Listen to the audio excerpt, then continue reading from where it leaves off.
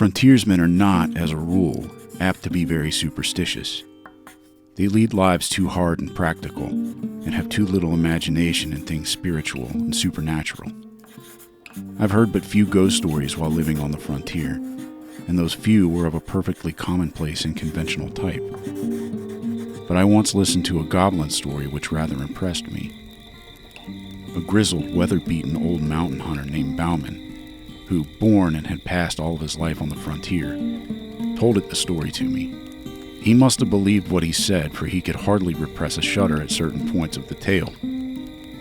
But he was of German ancestry, and in childhood had doubtless been saturated with all kinds of ghost and goblin lore, so that many fearsome superstitions were latent in his mind. Besides, he knew well the stories told by the Indian medicine men in their winter camps of the snow walkers and the specters, the formless evil beings that haunt the forest depths, and dog and waylay the lonely wanderer who, after nightfall, passes through the regions where they lurk.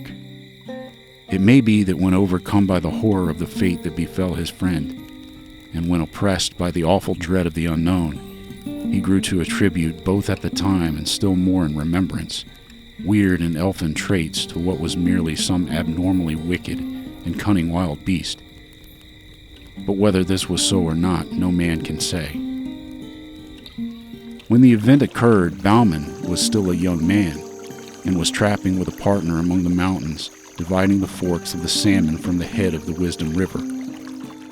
Having not had much luck, he and his partner determined to go up into a particularly wild and lonely pass, through which ran a small stream said to contain many beavers. The pass had an evil reputation because the year before, a solitary hunter who'd wandered into it was slain, seemingly by a wild beast, the half-eaten remains being afterwards found by some mining prospectors who'd passed his camp only the night before. The memory of this event, however, weighed very lightly with the two trappers, who were as adventurous and hardy as others of their kind. They took their two lean mountain ponies to the foot of the pass, where they left them in an open beaver meadow, the rocky, timber-clad ground being from there onward impracticable for horses. They then struck out on foot through the vast, gloomy forest, and in about 4 hours reached a little open glade, where they concluded to camp, as signs of game were plenty. There was still an hour or two of daylight left, and after building a brush lean-to and throwing down and opening their packs, they started upstream. The country was very dense and hard to travel through, as there was much down timber, although here and there the somber woodland was broken by small glades of mountain grass. At dusk, they again reached camp.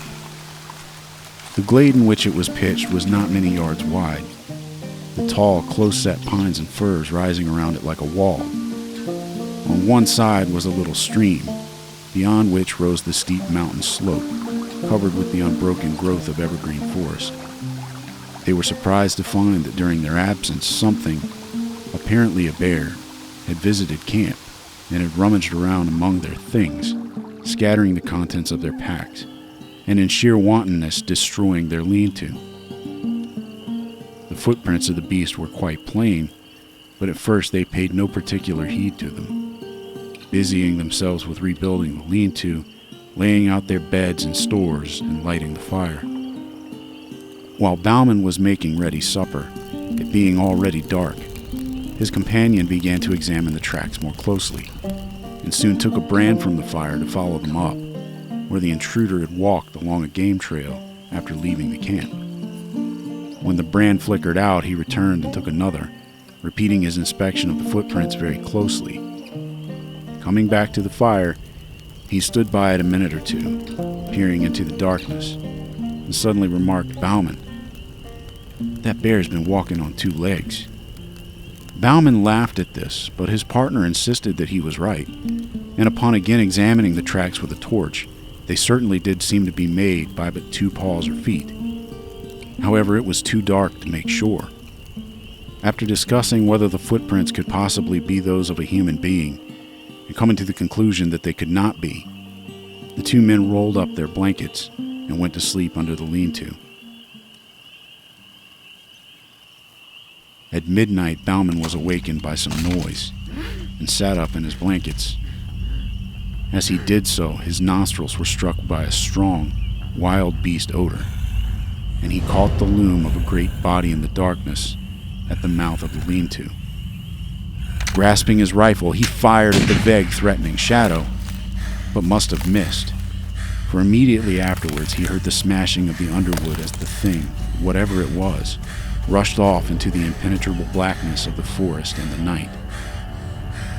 After this, the two men slept but little, sitting up by the rekindled fire, but they heard nothing more. In the morning, they started out to look at the few traps that they'd set the previous evening and put out new ones. By an unspoken agreement, they kept together all day and returned to camp towards evening. On nearing it, they saw, hardly to their astonishment, that the lean-to had again been torn down.